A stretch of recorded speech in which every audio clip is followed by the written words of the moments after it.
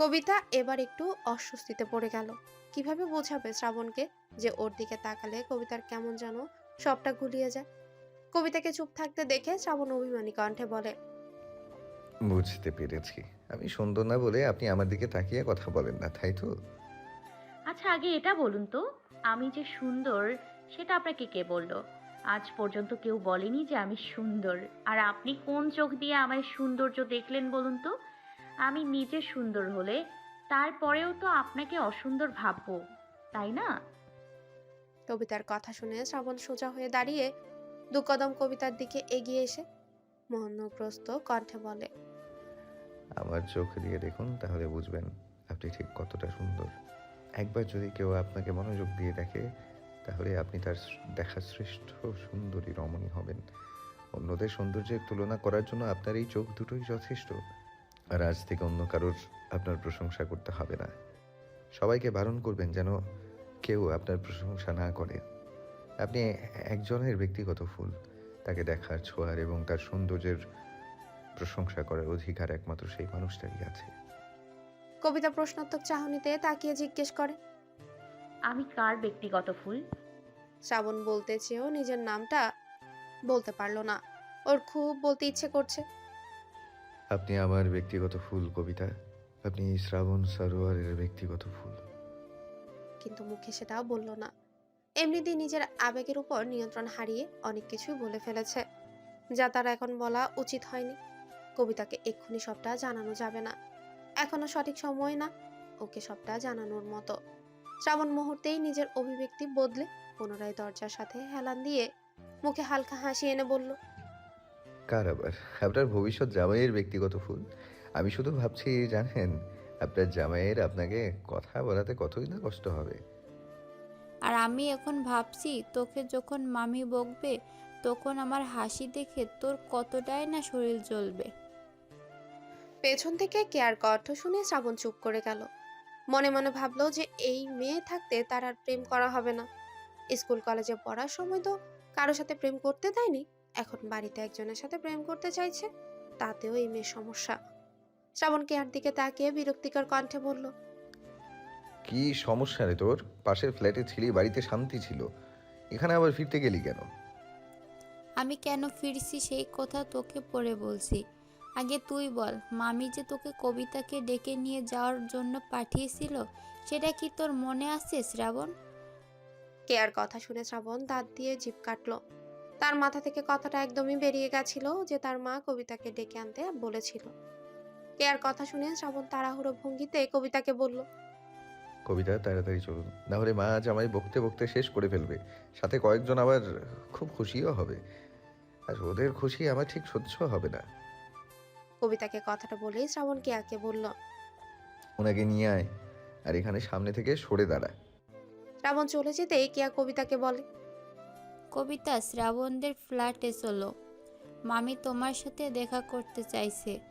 যখন থেকে তোমার কথাটা মামি শুনেছে তারপর থেকেই তোমার সাথে দেখা করার জন্য একেবারে ব্যস্ত হয়ে পড়েছেন। কবিতা মৃদু কণ্ঠে বলে। চলো। মামি, এই যে আমাদের কবিতা। কবিতার নামটা শুনে শ্রাবণের মা সোমা সরোয়ার সোফা থেকে উঠে কবিতার দিকে এগিয়ে এলেন। কবিতার মাথায় স্নেহের হাত বুলিয়ে আদুরি গলায় বললেন। তুমিই তাহলে কবিতা? কবিতা মাথা নাড়িয়ে বলল, আসসালামু আলাইকুম। জি, আমি কবিতা। সোমা সরোয়ার সালামের জবাব দিয়ে পুনরায় আদুরি গলায় বলল, কেমন আছো মা? আলহামদুলিল্লাহ, ভালো আছি। আপনি কেমন আছেন? আমিও ভালো আছি মা। কবিতার নাম শুনে শ্রাবণ ঘর থেকে বেরিয়ে এসেছে। এসেই তার মায়ের উদ্দেশ্যে বলল, আগে ওনাকে বসতে তো দাও মা, প্রথমবার উনি আমাদের বাড়িতে এসেছেন। শ্রাবণের কথা শুনে সোমা সরোয়ার কবিতার উদ্দেশ্যে অপরাধী কণ্ঠে বললেন, দেখেছো, তোমাকে বসতে বলার কথা আমার মাথা থেকে একদম বেরিয়ে গেছে।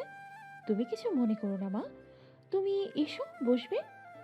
সোমা সরোয়ার কবিতাকে হাত ধরে সোফায় নিয়ে গিয়ে বসালেন। কেয়া সোফার এক কোণে শ্রাবণের পাশে দাঁড়িয়ে কানের কাছে ফিসফিস করে বলল।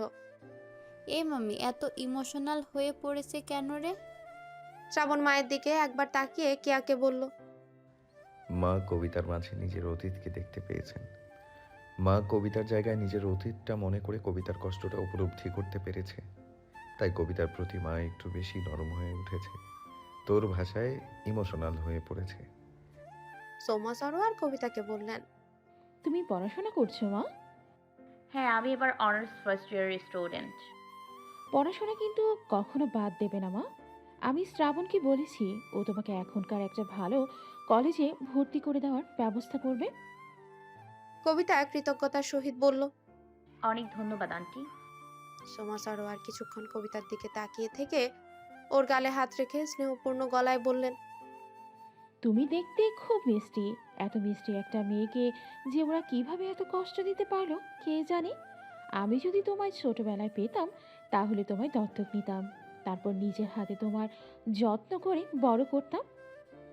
সোমা সরোয়ার এই কথাটা শ্রাবণের একদম পছন্দ হলো না। আদর করছে ভালো কথা, কিন্তু দত্তক নিতে হবে কেন? তাহলে তো ওর আর কবিতা ভাই বোন হয়ে যেত। ছি, শ্রাবণ কবিতাকে কি বানাতে চাইছে আর তার মা কবিতাকে কি বানাতে চাইছে। কেয়া শ্রাবণের কানের কাছে ফিসফিস করে ব্যঙ্গাত্মক সুরে বলল, শুনলি শ্রাবণ, মামি কবিতাকে দত্তক নিত। তার মানে কবিতা তোর বোন হতো। তাই এখন মাথা থেকে এসব আজে বাজে চিন্তা বের করে কবিতাকে নিজের বোন হিসেবে গ্রহণ কর। কথাটা বলে কেয়া সেখান থেকে দৌড় দিল। শ্রাবণ তার মায়ের উদ্দেশ্যে পুনরায় বলল, মা ওনাকে কি খালি মুখে বসিয়ে রাখবে? কিছু নাস্তা দাও। তুমি তো দেখছি কবিতাকে পেয়ে সব ভুলে যাচ্ছ। সোমা সরোয়ার পুনরায় অপরাধী কণ্ঠে বললেন, ঠিক বলেছিস, কি যে হয়েছে আমার, মেয়েটাকে দেখে সব কেমন কুড়িয়ে ফেলছি। আচ্ছা কবিতা, তুমি কি খেতে পছন্দ করো আমায় বলো তো, আমি তোমার জন্য সেটাই বানিয়ে দেব। না আন্টি, আপনাকে কিছু বানাতে হবে না, আর আমার ক্ষুধাও লাগেনি। তা বললে হয় নাকি? তুমি আমায় বলো তো, তুমি ঝাল খেতে পছন্দ করো না মিষ্টি খেতে? কিছুই না, আপনি এখানে বসে থাকুন, আপনার সাথে আমি গল্প করব। শ্রাবণ তার মায়ের উদ্দেশ্যে বলল। মা, আমার মনে হয় ওনাকে চা দিলে উনি খুব খুশি হবেন। শ্রাবণের কথা শুনে সোমা সরোয়ার কবিতাকে জিজ্ঞেস করলেন, তাই নাকি? তুমি চা খেতে ভালোবাসো কবিতা? কবিতা মৃদু হেসে বলল, হ্যাঁ, চা খেতে আমি খুব ভালোবাসি। বলতে পারেন আমার 3 বেলা ভাত না খেলেও চলে, কিন্তু চা না খেলে কোনো মতেই চলে না। চা না খেলে তো আমার মাথায় কাজ করে না। সোমা সরোয়ার শ্রাবণকে দেখিয়ে কবিতাকে বললেন, যাক, আমার ছেলে তাহলে একটা সঙ্গী পেল। শ্রাবণও ঠিক তোমার মতোই চা পাগল। দিনে যে আমার থেকে কয়বার চা বানিয়ে নেয় তার হিসাব নেই, বাইরে যে কয়বার খায় সেটার হিসাব নেই। তুমি বসো, আমি তোমাদের জন্য চা বানিয়ে আনছি। শ্রাবণ, তুই কবিতাকে আমাদের বাড়িটা ঘুরিয়ে দেখাতো। কথাটা বলে সোমা সরোয়ার রান্নাঘরে চা বানাতে গেলেন। শ্রাবণ কবিতার পাশের সোফায় বসে কবিতাকে বলল। আমার মাকে কেমন লাগলো আপনার? কবিতা শ্রাবণের দিকে তাকিয়ে জবাবটা দিল। খুব ভালো আপনার মা। যাক, তাও আপনি আমার দিকে তাকিয়ে কথা বলছেন। শ্রাবণের কথা শুনে কবিতা মৃদু হাসে। তা দেখে শ্রাবণ কয়েক মুহূর্তের জন্য থমকালো। কবিতার হাসি থামলে তারও চৈতন্য ফিরল। কবিতাকে বলল, চলুন আপনাকে আমাদের বাড়ি ঘুরিয়ে দেখাই। শ্রাবণের প্রস্তাবে কবিতা রাজি হলো। বাড়িতে 3টি বেডরুম আছে, যার একটাতে শ্রাবণ, আরেকটাতে তার বাবা মা, আর অন্য রুমটা ফাঁকাই পড়ে আছে। বাড়িতে কোনো অতিথি এলে সেই রুমে থাকতে দেয়া হয়। প্রতিটি রুমের সাথে রয়েছে অ্যাটাচ বাথরুম, সাথে ব্যালকনি, এছাড়া ড্রয়িং রুম, ডাইনিং, তার পাশেই রান্নাঘর। সবার শেষে শ্রাবণ কবিতাকে তার রুমে নিয়ে আসে। কবিতাকে রুমটা ঘুরিয়ে দেখিয়ে প্রশ্ন করে, আমার রুমটা কেমন লাগলো আপনার? সুন্দর লাগলো। কবিতার জবাবে শ্রাবণ ঠিক সন্তুষ্ট হতে পারল না। সে ভেবেছিল কবিতা তার রুমের আরো বেশি প্রশংসা করবে, কেননা এই পুরো রুমটা তার ইচ্ছে মতো সে সাজিয়েছে। তাহলে তার রুমের প্রশংসা করা মানেই তো তার পছন্দের প্রশংসা করা, আর তার পছন্দের প্রশংসা করা মানে তারই প্রশংসা করা। শ্রাবণ আবারও কবিতাকে বলে, শুধু সুন্দর লাগলো? খুব বেশি সুন্দর লাগলো না কেন? আমার রুমের থেকে কি আপনার কেয়ার রুম বেশি পছন্দ হয়েছে? কবিতা মৃদু হেসে বলল, আপনার রুমটা অনেক বেশি সুন্দর, কিন্তু কেয়া আপুর রুমের ব্যালকনিতে অনেক ফুলের গাছ আছে, তাই আপুর রুমটা আমার কাছে আরো ভালো লেগেছে, কিন্তু আপনার রুমটা অনেক সুন্দর। শ্রাবণ কিছুক্ষণ ভেবে কবিতাকে বলে। আপনার পছন্দের ফুল কি? কবিতা একটু ভেবে বলল, গোলাপ আর সন্ধ্যা মালতী আমার সব থেকে পছন্দ। আচ্ছা, ওদের কথার মাঝে সোমা সরোয়ার ওদেরকে ডাক দিলেন। ওনার ডাক শুনে শ্রাবণ আর কবিতা ড্রয়িং রুমে চলে এলো। সোমা সরোয়ার চা এর সাথে কয়েক প্রকারের নাস্তাও করেছেন। কবিতার দিকে মিষ্টি এগিয়ে দিতেই কবিতা বলল, আমি মিষ্টি খাই না আন্টি, চাতেও আমি মিষ্টি খুব কম দিই। সোমা সরোয়ার প্রশ্নাত্মক গলায় বললেন, তুমি ঝাল খেতে পছন্দ করো কবিতা? হুম, আমি প্রচণ্ড ঝাল খাই আন্টি। সোমা সরোয়ার শ্রাবণকে দেখিয়ে বলেন, আর আমার ছেলে তো একদমই ঝাল খেতে পারে না, ওর জন্য আমি মরিচ ছাড়া রান্না করি। ও আবার মিষ্টি খুব পছন্দ করে। কবিতা হালকা হেসে চায়ের কাপে একটা চুমুক দিয়ে বলে। চা কিন্তু দারুণ হয়েছে আন্টি। কবিতা আর সোমা সরোয়ারের আড্ডা একেবারে জমে উঠেছে। শ্রাবণ খুব মনোযোগ দিয়ে কবিতাকে লক্ষ্য করছে। দেখা হওয়ার পর থেকে কবিতা কারো সাথে এতটা খোলা মনে কথা বলেনি, এমনকি কেয়ার সাথেও না। শ্রাবণের ব্যাপারটা খুব ভালো লাগলো। তার মায়ের সাথে কবিতার সম্পর্ক যে এখন থেকে ভালো হতে শুরু করেছে, পরে এই ব্যাপারটা তাকে আরো সাহায্য করবে। এমনিতেও তার মা সে যা বলবে তাতেই রাজি, কিন্তু তার বাবাকে রাজি করানোর জন্য তার মাকে আরো ভালোভাবে ম্যানেজ করতে হবে, কেননা তার বাবা আবার তার মায়ের কোনো কথা ফেলে না। সোমা, শ্রাবণ কই? সোমা সারোয়ার রান্নাঘর থেকে তার স্বামী সজীব সারোয়ারের প্রশ্নের জবাবে গলা উঁচিয়ে বলেন। ও তো আপার ফ্ল্যাটে গেছে কবিতাকে রাখতে। স্ত্রীর মুখে অপরিচিত কোনো মেয়ের নাম শুনে সজীব সারোয়ার ভ্রু কুঁচকালেন। সোফা থেকে উঠে দাঁড়িয়ে রান্নাঘরে গিয়ে স্ত্রীকে জিজ্ঞেস করলেন। কবিতা কে? সোমা সরোয়ার কড়াইয়ের মাছগুলো ছেড়ে দিয়ে স্বামীকে উদ্দেশ্য করে বলেন, তোমাকে ফোনে যে মেয়েটার কথা বলেছিলাম না, ওর নামই কবিতা। মিষ্টি নাম না? হুম। মেয়েটা খুব মিষ্টি, খুব শান্ত আর ভদ্র। বিকেলে এসেছিল, এখানে একটু আগেই গেল। ও, আমি রুমে যাচ্ছি। কথাটা বলেই সজীব সরোয়ার চলে যেতে নিলে সোমা সরোয়ার তাকে থামতে বলেন। চুলার আঁচটা কমিয়ে দিয়ে সজীব সরোয়ারের কাছে গিয়ে নম্র গলায় বলেন, কবিতাকে আমাদের বাড়িতে এনে রাখলে কি সমস্যা হবে? সজীব সরোয়ার বুঝতে পারছেন যে তার স্ত্রীর কবিতার উপর ব্যাপক মায়া জন্মেছে এবং তার কারণটাও তার কাছে পরিষ্কার, কিন্তু সোমা সরোয়ারের এই কথাটা তিনি রাখতে পারবেন না। দেখো সোমা, আমাদের বাড়িতে একটা যুবক ছেলে আছে, কবিতাও একজন যুবতী মেয়ে। ওকে এভাবে আমাদের বাড়িতে রাখা ঠিক হবে না। ও আপাদের ওখানেই আছে, থাক না। যদি আপনাদের সমস্যা হয় তাহলে আমি অন্য কোনো জায়গায় কবিতার থাকার ব্যবস্থা করে দেব, কিন্তু কবিতাকে এখানে রাখা ঠিক হবে না। আশা করছি তোমাকে আর বিস্তৃত বর্ণনা করতে হবে না। সোমা সরোয়ার নিজেও ভেবে দেখলেন যে তার স্বামীর কথাটা ঠিক, আর তাছাড়া তার মতে তার স্বামী কখনো ভুল সিদ্ধান্ত নিতেই পারে না। তিনি মুখে হালকা হাসি এনে সজীব সরোয়ারের উদ্দেশ্যে বলেন, তুমি যখন বলছো তাহলে নিশ্চয়ই এটাই ঠিক। তুমি কোনো চিন্তা করো না সোমা, কবিতার যদি কোনো কাজের প্রয়োজন হয় তাহলে আমি ব্যবস্থা করে দেব, আর না হলে ওর পড়াশোনার দায়িত্ব আমরা নিতে পারি। তুমি যেটা করলে খুশি হবে সেটাই করব। সোমা সরোয়ার উচ্ছ্বাসিত কণ্ঠে তার স্বামীর উদ্দেশ্যে বলেন, তাহলে ওর পড়াশোনার দায়িত্ব বরং তুমি নাও। ছোট মানুষ অযথা চাকরি করতে গেলে কষ্ট হবে, তার থেকে বরং ও মন দিয়ে পড়াশোনা করুক। সজীব সরোয়ার মৃদু হেসে সেখান থেকে চলে গেলেন। সোমা সরোয়ার ওর পুনরায় নিজের রান্নায় মন দেন। সকাল 6টার সময় কবিতার ঘুম ভেঙে যায়। এটা তার ছোটবেলার অভ্যাস। গ্রামে সকাল 6টাকে অনেক বেলায় মনে হয়, কিন্তু শহরের মানুষের কাছে এই সময়টা ভোর মাত্র। কবিতা ঘুম থেকে উঠে ফ্রেশ হয়ে বারান্দায় গেল। কিছুক্ষণ বাইরে প্রকৃতি মন ভরে দেখে চোখ বুলালো, তারপর ফুলের গাছগুলোতে পানি দেয়। এরপর সারা বাড়ি জুড়ে কিছুক্ষণ পায়চারি করে। 7টা নাগাদ কণা খাতুন ঘুম থেকে উঠেন। তিনি এত সকালে কবিতাকে উঠতে দেখে খানিকটা চমকালেন। অবাক কণ্ঠে কবিতাকে বলল, তুমি এত তাড়াতাড়ি ঘুম থেকে উঠেছো কবিতা? তোমার কি ঘুমাতে সমস্যা হয়েছে? প্রতিবারের ন্যায় এবারেও কবিতা মৃদু কণ্ঠে বলল, না না আন্টি, আমার ঘুম খুব সুন্দর হয়েছে। আমি তো আরো আগে উঠেছি, 6টার সময়। আসলে গ্রামে থাকার সময়ই সকাল সকাল ঘুম থেকে উঠে অভ্যাস হয়ে গেছে। খুব ভালো অভ্যাস এটা। আমার ছেলে মেয়েদের তো স্কুল কলেজ থেকে ঘুম থেকে টেনে তুলতে হয়, আর না থাকলে তো কোনো কথাই নেই। ওদের ঘুম থেকে কেউ ভাঙাতে পারে না, বিশেষ করে কাব্য আর শ্রাবণ যদি একসাথে থাকে তাহলে তো সকাল গড়িয়ে দুপুর হয়ে যাওয়ার পরেও ওদের ঘুম থেকে উঠানোর নামও থাকে না। সারা রাত দুজনে জেগে এটা ওটা করে দিনের বেলা ঘুমায়। কণা খাতুনের কথা শুনে কবিতা মৃদু হাসে। কণা খাতুন ফ্রেশ হওয়ার জন্য যেতে চাইলে কবিতা ওনাকে বলে, আন্টি, আপনি তো এখন রান্না করবেন, আমি সাহায্য করে দেই। কণা খাতুন আপত্তি জানিয়ে বলেন, একদম না, তুমি রুমে যাও, নইলে টিভি দেখো। আমি নাস্তা তৈরি করে তোমাদেরকে ডাকছি।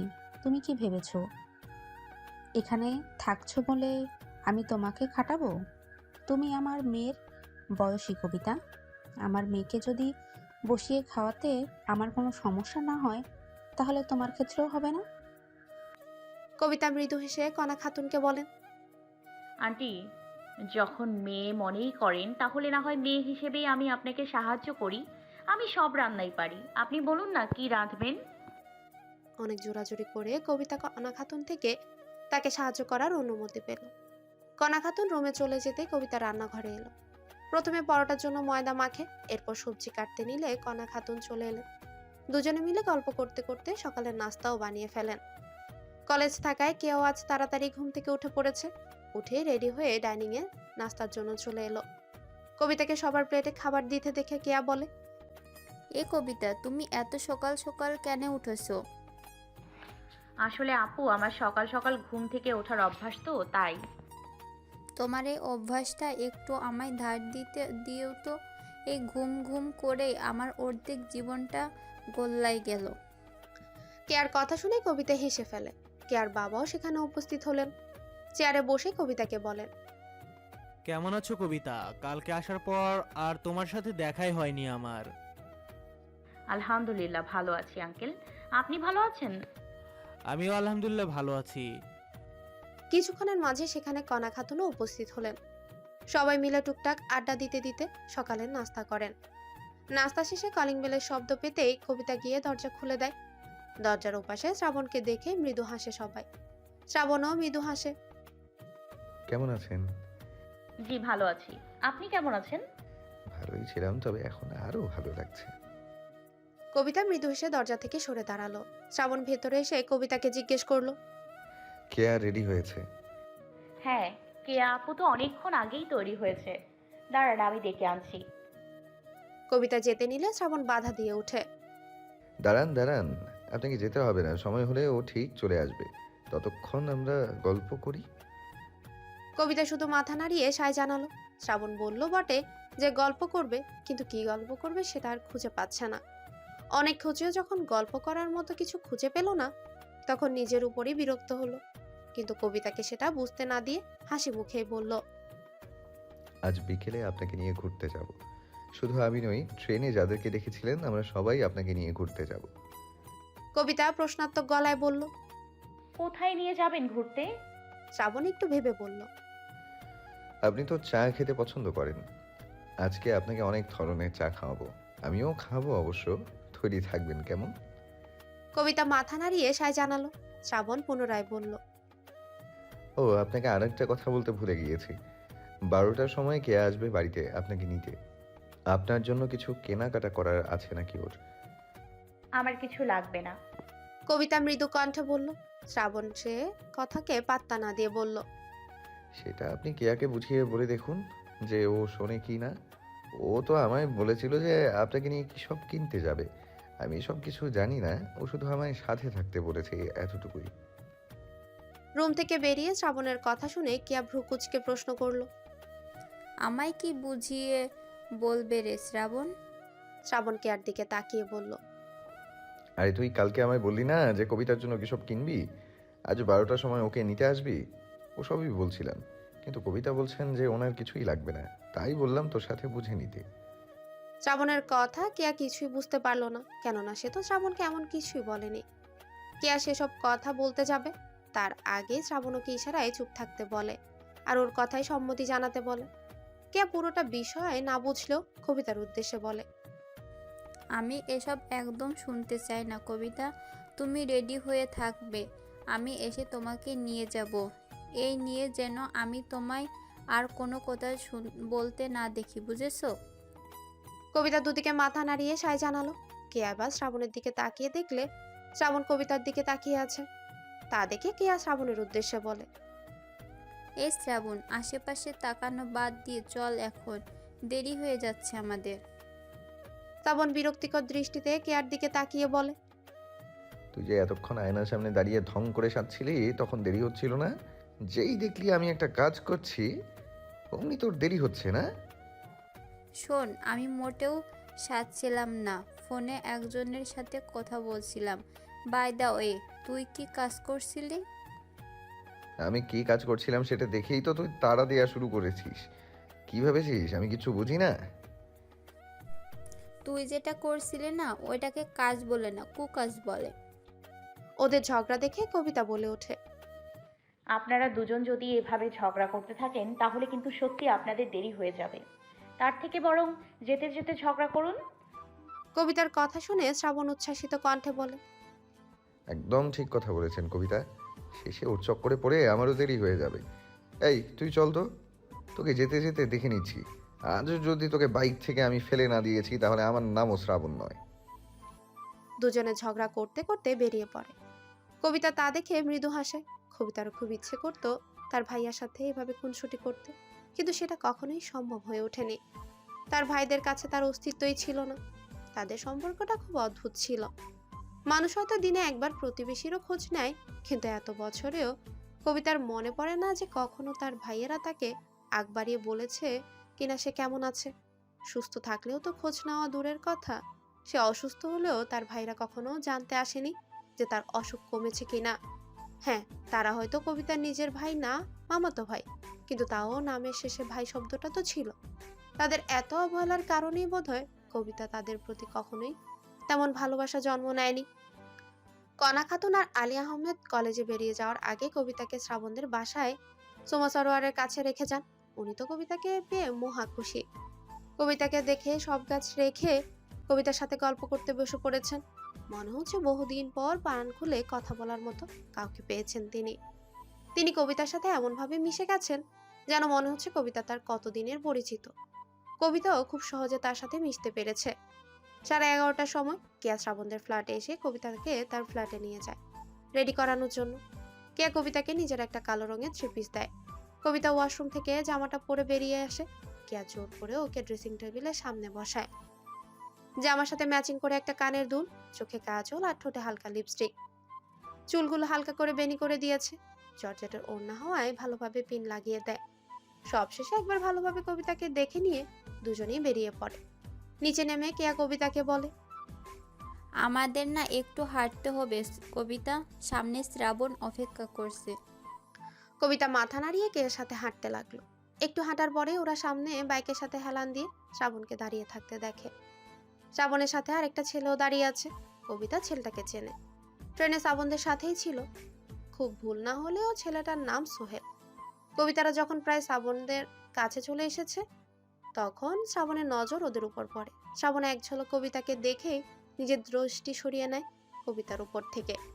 ওদেরকে দেখে সোহেল কবিতা কেমন আছে সেটা জিজ্ঞেস করে। কবিতা হাসি মুখে জবাব দেয় সোহেল কেমন আছে সেটা জানতে চাইলো।